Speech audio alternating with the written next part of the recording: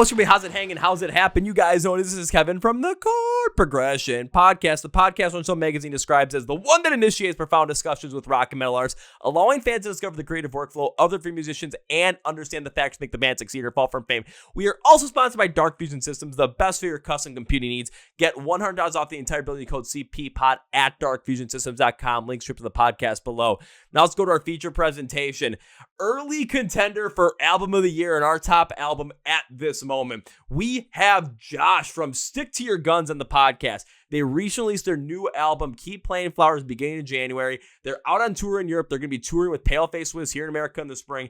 And we talk about how this record has brought these guys back to feeling like they're 15 years old once again, the success they've seen off of this record because of the initial response, and why this is so much more special, you know, compared to their last record, and why there's just this genuine, raw tenacity and not a subculture of like corporate rock or corporate music that's in there. This is a great episode and a quick one. You guys ready? Oh yeah. Let's go! Yeah. Well, ladies and gentlemen, boys and girls, listeners of the Chord Progression Podcast. All ready to begin 2025. We've had a couple of absolute heaters and bangers of albums drop, and this band right from the jump, literally everything I saw about this album was, this is fantastic, this is great, this is already a leader for Album of the Year. And you could see this band in many different facets. Perfectly comfortable playing with heavier bands like Knock Loose, Parkway Drive, or even going to go on a punk tour and absolutely rip it with bands like Pennywise and Rise Against. Funny enough, saw that tour in 2022 and it was absolutely awesome. That's how I got into this band. But right now they're over in Europe on a headlining run. They'll be back in America for a run supporting Paleface Swiss with their brand new Keep Planting Flowers out now, which is absolutely incredible. I'm glad to be able to talk about. So please welcome Josh from the band Stick to Your Guns to the podcast. So Josh, welcome to the Chord Progression Podcast. What an incredible intro. I mean, this just sold me on the band. Like, after hearing that, I'm like, fuck yeah, Stick to Your Guns rules. Yeah, now we just got to get everybody to show up as humanly possible to come over and see you play live when you're with Paleface Swiss, you know, back here in the U.S. I got a chance to see you guys like late last year in October here in Milwaukee, and it was just like, I think I got punched and kicked in the face even before your show got started from the openers. I'm like, this is going to be a good one. Oh, was that with Bane and Combust? Yep. Yeah, that show was awesome. We hadn't played Milwaukee, and I can't remember the last time we played there. And man, I would say that the Milwaukee show is one of my favorite shows of that entire tour. Really fucking cool room, cool crowd. Yeah, that was a cool show. I was excited because I was like, I finally get to see you guys in a smaller venue, in a more intimate style venue. And just to hear how the sound went off on everybody's mind, how the crowd reacted, even getting to see you guys a couple of years ago when you're on tour with Rise Against and seeing how that all played, I'm like, my God, if you haven't heard of Stick to Your Guns yet, I don't know what you've been waiting on. So I'm hoping the intro, if it sold you on the band, I'm hoping it sells everybody else on it too. Me too. Fuck yeah. Let's go. You're hired. Oh, thank you. Well, I mean, you guys get back to the U.S., you know, if you need, a hype man, press thing, anything, I'm available for hire.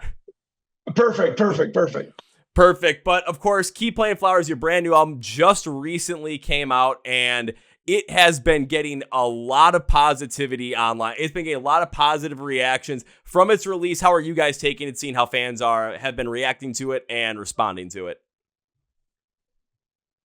Total shock, to tell you the truth. I mean, we've been a band for now over 20 years. So the fact that we can drop our 8th full-length record and our fans that we've had for years are super pumped on it. And then all of a sudden there's these new people checking out the record. It really does mean the world to us. And, it's funny because you get to a point when you've been in a band for so long that it almost just seems like either you're on autopilot. And I think that this record has like completely taken us off of that. And it almost feels like we keep joking around. We're like, damn, I feel like I'm 15 years old again, like in my first band, putting out my first record, playing my first tours, like we're on a tour right now in Europe. And like every single night has felt like that, where it's just, you're like all day long, I'm just waiting to get on the stage and play, versus like, there's been tons of tours where I'm like all day long, that's the only thing I don't want to do, so it's so cool to be like, feel like super refreshed and revigorated and just so much more like in love with the band and the music. It's really fucking awesome. And I think seeing all of this feedback from everyone is like caught us by surprise, and I think is also just like getting us so stoked to do everything. It's getting us so stoked to go back on. We haven't been on a 5-week tour in America, and I don't know how long, and since before the pandemic. And we're like, fuck yeah, let's go. Let's hop in the van and let's go crush this Paleface tour in the spring. So yeah, man, we're just we're on cloud nine right now. It's awesome. I've had a friend that I've seen him reach out about a couple people like from that Paleface tour because he wasn't the biggest fan of the new Paleface record. He's like, I might have to sell my ticket. Then your record came out. He's like, nope, I'm hanging out of that thing. I got to make sure I see Stick to Your Guns. But what amazed me about that whole entire thing is, and what you're feeling about this and the response is, it's at times I've heard bands, just anybody in any facet of what they're doing and what they love. Sometimes they lose the love for it, or it kind of goes on autopilot, like you said. And at times when that happens, it is incredibly tough to get that passion back like you had when you were 15 or 20, 25, whenever you were starting this out. But the fact that you guys made this record, got that love absolutely back like you did back when you first started the band, but you're seeing the absolute response too from people like they're first getting into the band once again. It's the perfect storm of rejuvenation that was over 20 years in the making for Stick to Your Guns, and it couldn't have come at a better time. Like, this is a fantastic time to start out the year with this. It was not only a heavy-hitting record and a quick one, but at the same time, it had so many different dynamics played into each and every song. Everything felt fresh in every single song. Dude, yeah, that means a lot. I think that like you were saying, or what we both touched on already, is like it's so easy to kind of go on autopilot. It's interesting once you're in a band that becomes your actual career. All of a sudden, like, writing the music and playing the music is important, but then there's all this other stuff, especially nowadays with how much pressure there is to, like, it's really easy nowadays to not feel like you're in a band anymore and just to feel like you're a fucking monkey on the internet, and that you're like you're just like selling a brand, where it's just like, well, that's not why I joined a band. I have these things I want to say, and I have this music that I want to write, and I have these emotions that I want to emote. And so it's like really, really means a lot that people are listening to this record and they're actually listening to it. I think that's the biggest thing for us, because I see it with some of our friends' bands where they're like, yeah, the kids like love the merch, or they love the style, or the brand of everything. But when we go play this new song, no one cares at all.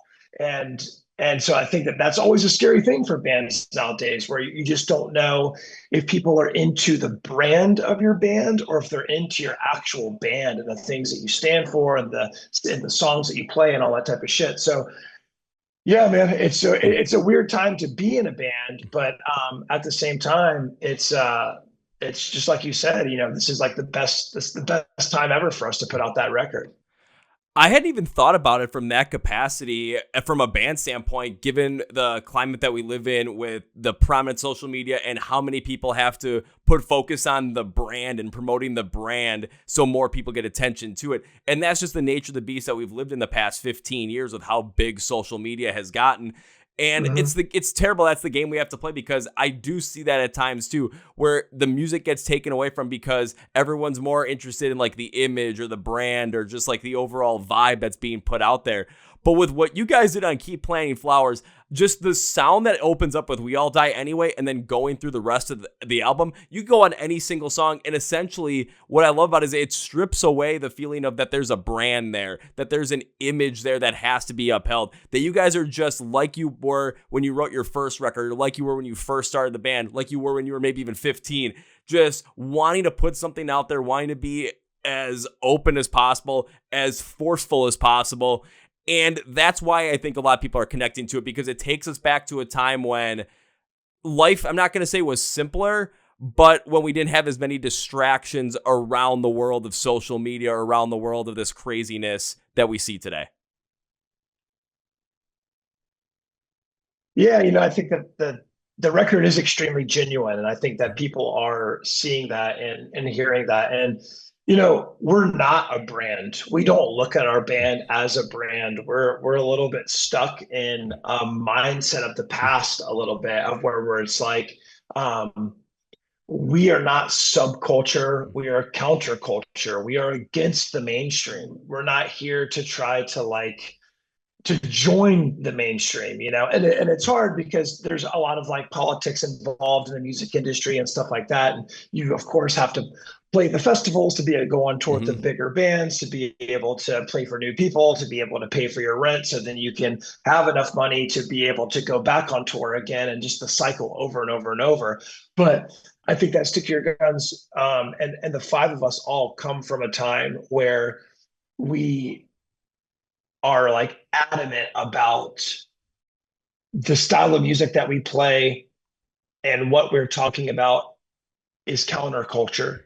And I think that a lot of times now it's really easy for younger bands, or older bands too, to kind of feed into the idea of being like subculture and just kind of almost like corporate rock mentality. And it's really hard whenever you are a full-time touring band. We always say that we're like a working class band because we're a band that tour 6, 7, 8, 9 months out of the out of the year. And like, it's hard touring sometimes. Sometimes it's 7 of us in a van, and we're crashing in a Motel 6, and we're sharing the bed, and you know what I mean, and all that kind of shit. And like it gets tough sometimes, but I think it means a lot to us, and we're not in it for any type of like mainstream success. That's not what interests us. I think what interests us is being able to like express ourselves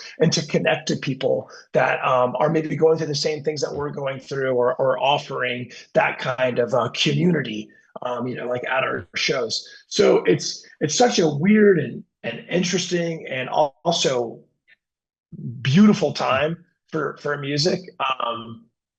But yeah, man, I really just can't get over the fact that people are listening to the record, and it makes me so pumped on the future.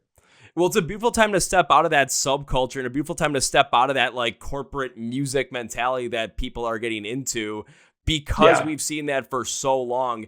And as, of course, the internet expands, as different events change around the world, people end up always going towards something that sticks out to them, or something that sticks out as genuine to them. The fact that you guys are just doing what you're doing and having that authentic standpoint of, we're putting out the music we want to put out, we're expressing this the way we want to express this, we're not going to hold back because we're trying to protect a brand or an image. We are that band, so that's what we are. We're going to have that sound.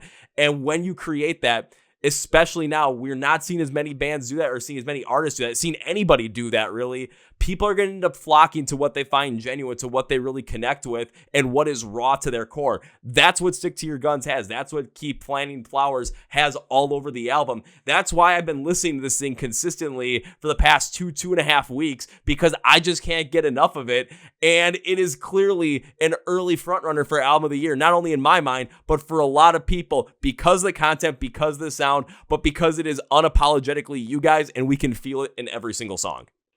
Yeah, I mean, dude, thank you very much. Yeah, I'm sure there's going to be a ton of great records coming out this year, but the fact that anyone would even say that this is potentially one of their favorite releases of the year, that's really cool.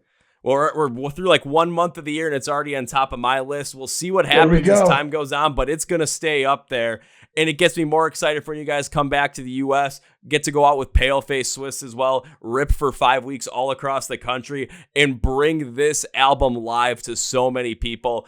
I just can't wait to see how the crowds react here in the U.S. when you guys play this, and the energy that's going to be behind it as well, because my God, this is going to be so much fun. Cool. I hope the same thing. It's always interesting because, we're over here in Europe right now, and the crowds from Europe and America, there's similarities, but there's also a lot of differences. And, we're headlining the tour right now. And so we kind of said, like, before the tour, like, fuck it, let's play a lot of songs off of Keep Planting Flowers. So on this tour, I think we've been playing 15 songs total, but 6 of them are off of Keep Planting Flowers. And it's like, been so fun to be able to like play these brand new songs and seeing people slam into each other and people know the words and stuff like that. So I really do hope that, once we come over to America that, we see the same thing. And I think that's also an exciting thing for us about releasing new music, because we released a new record in 2022, Mhm. but it was on the tail end of COVID. The record release tour got canceled because of COVID. A bunch of stuff, just like it was the by far Mhm. the worst rollout of any record we've ever had. We had sat on the record for over 2 years because we were going to drop it June of Mhm. 2020. And so this feels extra. Keep Planting Flowers, I think, feels extra special to us. And the response that we're getting feels extra special to us because it almost feels like we're getting a redo, where it's like, because, in the pandemic, the pandemic was such a unique time because before the pandemic, again, we were constantly on the road. I think the last couple of tours that we did before the pandemic were with Motionless and White and Beartooth and Knocked Loose. And so we're like doing all these crazy stacked tours and everything's just so good. And obviously COVID Mhm. hits and life becomes very difficult for a lot of people, most people. And this interesting thing happened during COVID, which makes total sense in retrospect. But we were a band that was pretty much silent throughout COVID. We weren't dropping merch, we weren't Mhm. doing live streams. And I think that's because we were all individually focusing on more important things that were going on in our personal lives or with our families and all the shit that was happening in the pandemic. And what happened during that time is that there's this whole new group of kids, 14, 15, 16, 17-year-old kids that discover aggressive music, but where they would typically discover it was by going to a show in their Mhm. hometown or their friend at school being like, hey, come to this crazy show with me. They discovered it through the internet.